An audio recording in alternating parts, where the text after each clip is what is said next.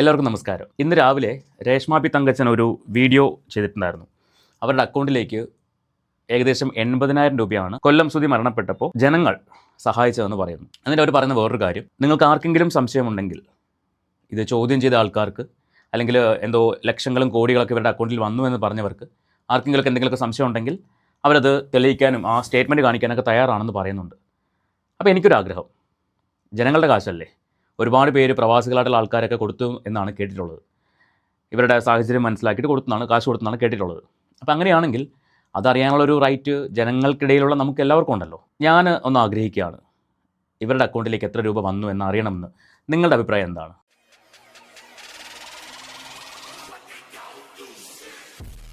നിങ്ങൾ കാണണമെന്നാണ് പറയുന്നതെങ്കിൽ നമുക്ക് രേഷ്മ പി തങ്കച്ചനോട് അത് ചോദിക്കാം. എന്തായാലും ഈ വീഡിയോയിൽ കൂടി ഞാനത് ചോദിക്കുകയാണ്. രേഷ്മ പി തങ്കച്ചൻ കൊല്ലം സുധി മരണപ്പെട്ടപ്പോൾ വന്ന കാശ് ഏത് അക്കൗണ്ടിലേക്കാണോ വന്നത് ആ അക്കൗണ്ട് സ്റ്റേറ്റ്മെൻറ്റ് കാണിക്കാൻ നിങ്ങൾ തയ്യാറാണെന്ന് നിങ്ങൾ പറഞ്ഞു. കാണണമെന്ന് ഞാൻ ആഗ്രഹിക്കുകയാണ്. സോ നിങ്ങളത് പബ്ലിഷ് ചെയ്യണം എന്നാണ് എൻ്റെ ഒരു അഭിപ്രായം. അല്ലെങ്കിൽ നിങ്ങൾ പറഞ്ഞാൽ മതി, നിങ്ങൾ എവിടെയാണോ ഉള്ളത് അവിടെ വന്ന് സ്റ്റേറ്റ്മെൻറ്റ് നോക്കാം. നിങ്ങൾ പറഞ്ഞ എമൗണ്ട് ആണോ വന്നിട്ടുള്ളതെന്ന്. നമുക്ക് എന്തായാലും ആ വീഡിയോ ഒന്ന് കണ്ടു നോക്കാം. ഇവർ ഈ പറയുന്നവരുടെ അക്കൗണ്ടിലേക്ക് ഇത്ര രൂപയെ വന്നിട്ടുള്ളൂ എന്ന് പറയുന്ന ഒരു വീഡിയോ അതൊന്ന് കണ്ടു നോക്കാം. കുറച്ച് പേർക്കെങ്കിലും ഒരു തെറ്റിദ്ധാരണ ഉണ്ട്, സുധിച്ചേട്ടൻ മരിച്ചു കഴിഞ്ഞപ്പം ഏതോ കോടികൾ അക്കൗണ്ടിൽ വന്ന് അത് ഞാനും എൻ്റെ വീട്ടുകാരും എടുത്ത് അടിച്ചു മാറ്റി തീർത്തു എന്നൊക്കെ. ഒരിക്കലുമല്ല, ഒരു കോടികളും വന്നിട്ടില്ല. കറക്റ്റ് എനിക്ക് തോന്നുന്നത് നിങ്ങൾക്ക് സംശയമുള്ളവർക്ക് എന്തെങ്കിലും അധികാരിപ്പെട്ടവർ ഇതിപ്പം എന്താ പറയുക, സംശയമുള്ളവർക്ക് വേണമെങ്കിൽ വന്ന് ബാങ്കിൽ വന്ന് തിരക്കാം. എത്ര രൂപയാണ് വന്നെന്നും കാര്യങ്ങളൊക്കെ ബാങ്കിലുണ്ടല്ലോ. അത് വന്നത് 75,000 രൂപ കറക്റ്റ് വന്നു. അതിന് 75,000 രൂപ കറക്റ്റ് വന്നു. ബാങ്കിലൊന്നും വന്ന് ചോദിക്കേണ്ട, നിങ്ങൾക്ക് തന്നെ സ്റ്റേറ്റ്മെൻറ്റ് എടുക്കാം. സ്റ്റേറ്റ്മെൻറ്റ് എടുത്തിട്ട് ഇപ്പോൾ ഞാൻ വരണമെങ്കിൽ ഞാൻ വന്ന് നോക്കാം. ഇത് ജനങ്ങളുടെ കാശാണല്ലോ, അതുകൊണ്ടാണ് ഞാനിത് ചോദിച്ചത്. അല്ലാണ്ട് ഏതെങ്കിലും സംഘടന ഇട്ട കാശാണെങ്കിൽ നമ്മൾ അറിയേണ്ട ആവശ്യമില്ല. പക്ഷേ ഇത് ജനങ്ങൾ അവരുടെ ഇല്ലായ്മകളിൽ നിന്ന് അവർ ഇട്ട കാശാണ്. അപ്പോൾ അത് അറിയാൻ ആർക്കും റൈറ്റ് ഉണ്ട്. നിങ്ങൾ സ്റ്റേറ്റ്മെൻറ്റ് എടുത്തിട്ട് പറയുവാണെങ്കിൽ വന്ന് ജസ്റ്റ് ഒന്ന് അറിയാൻ വേണ്ടിയാണ്. ഈ നിങ്ങൾ പറഞ്ഞ 70,000 രൂപയാണോ വന്നിട്ടുള്ളത് എന്നൊന്ന് അറിയാൻ വേണ്ടിയാണ്. ഈ 70,000 രൂപ ഇവർ എന്ത് ചെയ്തു എന്നാണ് ഇനി പറയാൻ പോകുന്നത്. നമുക്ക് അതൊന്ന് കേട്ടു നോക്കാം. ഒരു വേണ്ട തോന്നുന്നതിന് നമ്മളൊരു ബൈക്ക് മേടിച്ചായിരുന്നു. ഒരു മഞ്ഞ കളറിലെ ഒരു ബൈക്ക്.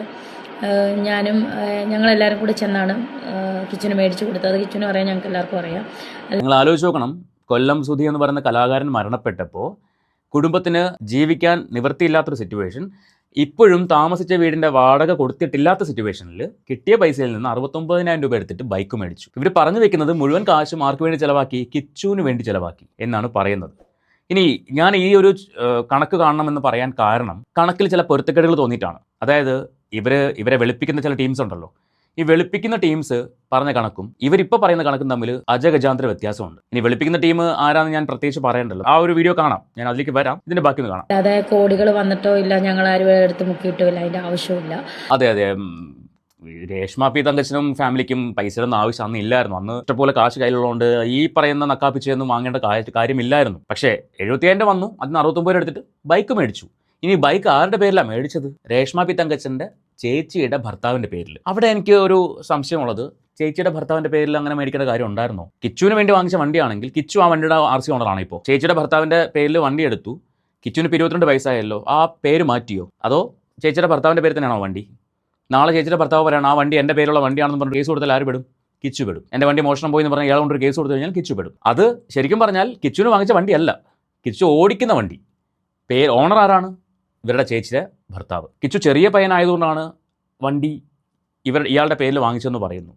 അങ്ങനെയാണെങ്കിൽ കിച്ചുവിന് പ്രായപൂർത്തിയായിട്ടുണ്ടാവില്ലല്ലോ. 18 വയസ്സാവാതെ ഒരാൾക്ക് ബൈക്ക് ഓടിക്കാൻ ലൈസൻസ് കിട്ടുമോ? കിട്ടത്തില്ല. ലൈസൻസ് ഇല്ലാണ്ട് വണ്ടി ഓടിച്ചാൽ അത് ആരെ ബാധിക്കും? കിച്ചുവിനെയും ബാധിക്കും, കിച്ചുവിൻ്റെ പാരൻ്റായിട്ടുള്ള രേഷ്മ പി തങ്കച്ചനെയും ബാധിക്കും. നിയമപരമായിട്ട് തെറ്റാണ്. പ്രായപൂർത്തിയായിട്ടാണ് വാങ്ങിച്ചെങ്കിൽ എന്തുകൊണ്ട് കിച്ചുവിൻ്റെ പേരിൽ വാങ്ങിച്ചില്ല? ഇപ്പോൾ കിച്ചുവിന് 22 വയസ്സുണ്ട്. വണ്ടി RC ഓണറിൻ്റെ പേര് മാറിയോ? ഇയാളുടെ പേരിൽ നിന്ന് കിച്ചുവിൻ്റെ പേരിലേക്ക് മാറ്റി കൊടുത്തോ? ആ വണ്ടി ഇയാൾക്ക് വേണ്ടി വാങ്ങിച്ചു, കിച്ചു ഓടിക്കുന്നു, കിച്ചു ആ വണ്ടി ഓടിച്ചു, കിച്ചുവിന് ഓടിക്കാൻ കൊടുത്തു എന്ന് പറയുന്നതാണ് ശരി. ബാക്കി പിന്നെന്താണ്, എന്താ പറയേണ്ടത്? ഇതൊക്കെ വന്ന് ബോധിപ്പിക്കണമെന്നുണ്ട്. കാരണം അങ്ങനത്തെ ഒരു സിറ്റുവേഷനാണ് ഇപ്പം. ചിലവർക്ക് തെറ്റിദ്ധാരണ കാണും, ആ തെറ്റിദ്ധാരണ മാറ്റാൻ വേണ്ടിയിട്ടാണ്. അതുപോലെ തന്നെ ഞങ്ങൾ ഒറ്റയ്ക്കല്ലായിരുന്നു, ഞങ്ങളുടെ കൂടെ ബോധിപ്പിക്കണം. കാരണം ജനങ്ങളുടെ കാശാണല്ലോ. ജനങ്ങൾ, നമ്മുടെ നാട്ടിലെ മലയാളികൾക്കൊരു പ്രത്യേകതയുണ്ട്, എവിടെയെങ്കിലും ആരെങ്കിലും ബുദ്ധിമുട്ടെന്ന് കാണുമ്പോൾ അകമഴിഞ്ഞ് സഹായിക്കും. പക്ഷേ അവർ ചതിക്കപ്പെട്ടു എന്ന് കണ്ടു കഴിഞ്ഞാൽ അത് ചോദ്യം ചെയ്യുകയും ചെയ്യും. ഇവിടെ ഇപ്പോൾ കാശ് മേടിച്ച് 75,000 രൂപയെ വന്നുള്ളൂ എന്ന് പറയുന്നു. ജനങ്ങൾ കാശ് കൊടുത്തതിന് വേണ്ടിയാണ്, ഇവരുടെ നിത്യവൃത്തി കഴിയാൻ വേണ്ടിയാണ്. അതിന് പോലും സിറ്റുവേഷൻ അല്ല എന്ന് കണ്ടിട്ടാണ് കാശ് കൊടുക്കുന്നത്. 100-200 ആയിരിക്കും കൊടുത്തിട്ടുണ്ടാവുക. പക്ഷെ ആ പൈസ കൊണ്ട് ഇവരെന്താ ചെയ്തത്? ബൈക്ക് മേടിച്ചു. സുധിയുടെ മരണാനന്തര ചടങ്ങുകൾ ചെയ്തത് ചാനലാണെന്ന് പറയുന്നുണ്ട്. കാര്യം അതിൻ്റെ ബില്ല് കൊടുത്തിട്ടാണ് കിച്ചുവിൻ്റെ കയ്യിൽ കാശ് ചെക്ക് കൊടുത്ത് വിട്ടിട്ട് അത് ക്ലിയർ ചെയ്യാൻ വേണ്ടി പറഞ്ഞിട്ട് 89,000 രൂപ ഇടുന്നത് ചെക്ക് അവർ കൊടുത്തു വിട്ടത് ചാനലിൽ നിന്ന്. അപ്പോൾ അവിടെയും ഇവർക്ക് ചിലവൊന്നുമില്ല. പക്ഷേ ഇവർ ചെയ്ത പരിപാടി എന്താണ്? ഈ കളക്ട് ചെയ്ത് വന്ന കാശിൽ നിന്ന് 69,000 രൂപ എടുത്തിട്ട് ബൈക്ക് മേടിച്ചു. അതായിരുന്നു അത്യാവശ്യം. കഴിഞ്ഞ ദിവസം ഇവർ എയർപോർട്ടിൽ നിന്ന് ഇറങ്ങിയപ്പോൾ പറയണ്ടായിരുന്നു, കൊല്ലം സുധി മരിച്ചപ്പോൾ എനിക്ക് ഉണ്ടാക്കിയിട്ട് പോയത് കുറേ കടങ്ങളും 2 മക്കളെയാണ് തന്നിട്ട് പോയെന്ന് പറയുന്നു. ആ കടങ്ങൾ തീർക്കാൻ വേണ്ടിയല്ല ഇവർ ശ്രമിച്ചത്, ബൈക്ക് മേടിക്കാൻ. മനസ്സിലായില്ലേ? അപ്പോൾ ശരിക്കും പറഞ്ഞാൽ ഇവർ ജനങ്ങളെ പറ്റിക്കലായിരുന്നു. ഇപ്പോൾ ഇവരെന്താ പറയുന്നത്?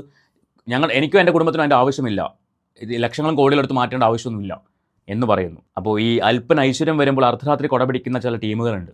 ആ ഒരു പഴമൊഴിയാണ് എനിക്ക് ഓർമ്മ വരുന്നത്. ഇനി ഞാൻ ഈ സംശയം ഉന്നയിക്കാനുള്ള കാരണം, ഈ കണക്കുകളിലത്തെ ഒരു ചെറിയ പൊരുത്തക്കേടുകൾ എനിക്ക് ഫീൽ ചെയ്തു. അത് നമുക്കൊന്ന് ഈ രേഷ്മ പി തങ്കച്ചനെ വെളുപ്പിക്കാൻ നടക്കുന്ന ടീമുകളിൽ ഒരാൾ അവർ കഴിഞ്ഞ ദിവസം വന്നിട്ട് ഇതുപോലൊരു കണക്ക് പറഞ്ഞായിരുന്നു. ഇതേ വിഷയത്തിൽ തന്നെ ഒരു കണക്ക് പറഞ്ഞു. നമുക്ക് അതൊന്ന് കേട്ട് നോക്കാം. അത് കേൾക്കുമ്പോൾ നിങ്ങൾക്ക് ഞാൻ എന്തുകൊണ്ട് കണക്ക് കാണണമെന്ന് പറഞ്ഞെന്നുള്ളത് മനസ്സിലാവും. കേട്ട് നോക്കാം. സുചേട്ടൻ മരിച്ചു കഴിഞ്ഞ് ഒരുപാട് ഫണ്ട് വന്ന് മറിഞ്ഞ് കിച്ചുവിനൊന്നും കൊടുത്തില്ലെന്ന്. 1,00,000 എത്ര രൂപ അങ്ങോട്ട് കറക്റ്റായിട്ട് അത് വരും. ഒരു 4-5 ദിവസം വരെ നിങ്ങളൊന്ന് വെയിറ്റ് ചെയ്യണം, ഫുൾ ഡീറ്റെയിൽസും തെളിവ് സഹിതം നിങ്ങളുടെ മുന്നിൽ വരാനായിട്ട്. തെളിവൊന്നും കണ്ടില്ല.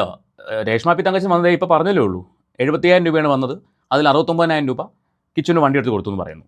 ഇവിടെ ഇവർ പറയുന്നു 1,00,000 എത്രയോ രൂപയാണ് വന്നത്. അല്ല, ഈ 1,00,000 കണക്ക് എവിടെ നിന്ന് വന്നു നിങ്ങൾക്ക്? രേഷ്മ പി തങ്കച്ചൻ പറഞ്ഞോ? അവർ പറയാതെ നിങ്ങൾ അറിയത്തില്ലല്ലോ. അപ്പോൾ നിങ്ങളോട് 1,00,000 സംതിങ് വന്നു എന്ന് പറയുമ്പോൾ അവർ വന്നിട്ട് 70,000 രൂപ എന്ന് പറയുമ്പോൾ ഈ കണക്ക് അങ്ങോട്ട് ടാലി ആവുന്നില്ല. ഈ സംസാരിക്കുന്ന ഇവർ അവരുടെ ഒരു ബലിയാടായി മാറിക്കൊണ്ടിരിക്കുകയാണ്. ഇവരെ അങ്ങ് ഇട്ട് കൊടുക്കുകയാണ് പബ്ലിക്കിലേക്ക്. ഇവരിപ്പോൾ 1,00,000 സംതിങ് കണക്ക് അവർ പറയാണ്ട് അറിയില്ല. ഇവർ തമ്മിൽ ഡിസ്കഷൻ ഉണ്ടായിട്ടുണ്ടാവുമല്ലോ. ആ കണക്ക് അവർ പറയാതെ അറിയത്തില്ല. ഈ കണക്ക് കഴിഞ്ഞിട്ടില്ല.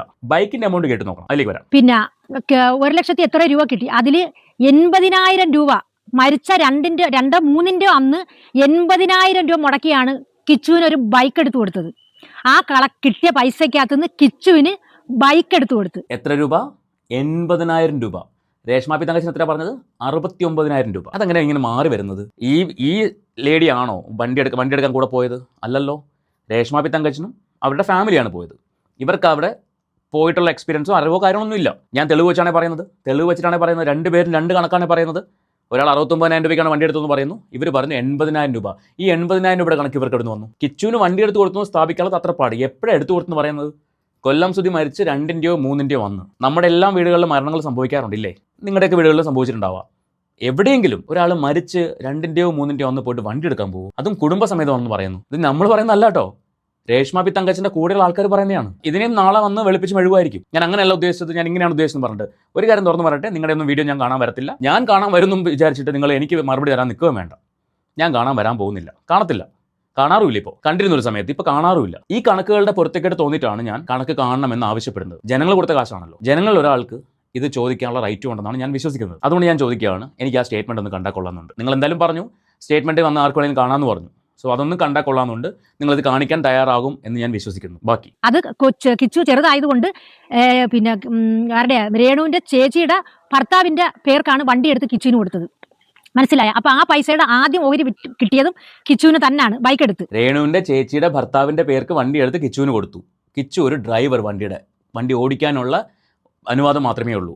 കിച്ചുവിന്റെ പേരിലല്ല വണ്ടി. അപ്പൊ കിച്ചുവിന്റെ വണ്ടി അല്ല, രേഷ്മ പി തങ്കച്ചന്റെ ചേച്ചിയുടെ ഭർത്താവിന്റെ പേരിലുള്ള വണ്ടി. ആ ഭർത്താവിനാണ് ആ വണ്ടിയുടെ അവകാശം. കിച്ചുവിന് അവിടെ അവകാശമില്ല വണ്ടിക്ക്. അപ്പോൾ പിന്നെ അത് കിച്ചുവിൻ്റെ വണ്ടി എങ്ങനെ ആവും? കിച്ചുവിന് എടുത്തു കൊടുത്തെന്ന് പറയുന്നത് എങ്ങനെയാണ്? കിച്ചുവിന് ആ വണ്ടി ഓടിക്കാൻ കൊടുത്തു, അത്ര മാത്രമേ ഉള്ളൂ. അപ്പോൾ ആ വണ്ടിയുടെ മേലും കിച്ചുവിന് അവകാശമില്ല. ഓക്കെ. പിന്നെ കണക്കുകൾ, ഒരാൾ പറയുന്നു 70,000 രൂപയാണ് കളക്ട് ചെയ്ത് വന്നത്. മറ്റേ പറയുന്നു 1,00,000 സംതിങ് ആണ് വന്നതെന്ന് പറയുന്നു. ഒരാൾ പറയുന്നു 69,000 രൂപയാണ് വണ്ടി വില എന്ന് പറയുന്നു, മഞ്ഞ കളർ വണ്ടി എന്ന് പറയുന്നു. മറ്റേ പറയുന്നു 80,000 രൂപയാണ് വണ്ടി വില എന്ന് പറയുന്നു. ഇതിൽ ഏതാണ് ജനങ്ങൾ വിശ്വസിക്കേണ്ടത്? കണ്ടിട്ട് നിങ്ങൾ പറയൂ, ഇത് ഏത് വിശ്വസിക്കണം? അപ്പോൾ ഇതവിടെ നിൽക്കട്ടെ. പറഞ്ഞു വന്നത്, രേഷ്മ പി തങ്കച്ചൻ സ്റ്റേറ്റ്മെന്റ് കാണിക്കാൻ തയ്യാറാവുന്നതാണ് ഞാൻ പ്രതീക്ഷിക്കുന്നത്, ഞാൻ വിശ്വസിക്കുന്നത്.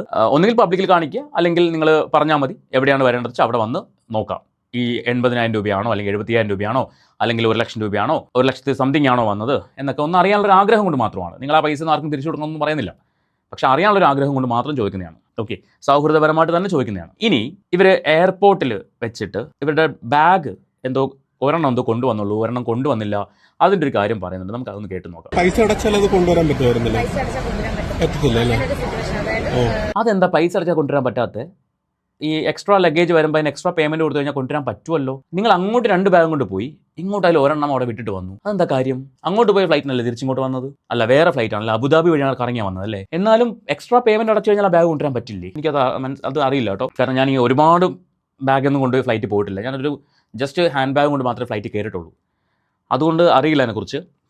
പക്ഷെ എന്നാൽ പോലും എക്സ്ട്രാ പേയ്മെന്റ് കൊടുത്താൽ എക്സ്ട്രാ ലഗേജ് കയറ്റാൻ പറ്റും എന്നാണ് എൻ്റെ ചെറിയൊരു അറിവ്. അപ്പോൾ അത് എന്താണെന്നറിയില്ല. ഈ പറയുന്നത് അങ്ങനെയാണ്. പേയ്മെൻറ്റ് അടച്ചാലും കൊണ്ടുവരാൻ പറ്റാത്തൊരു സിറ്റുവേഷൻ ആയിരുന്നു എന്നാണ് പറയുന്നത്. ആ സിറ്റുവേഷൻ എന്താണെന്നുള്ളതാണ് ചോദ്യം. എന്തായാലും നമ്മുടെ ട്രോളി ബാഗ് 2 അല്ല, ഒരെണ്ണേ പറ്റത്തുള്ളൂ.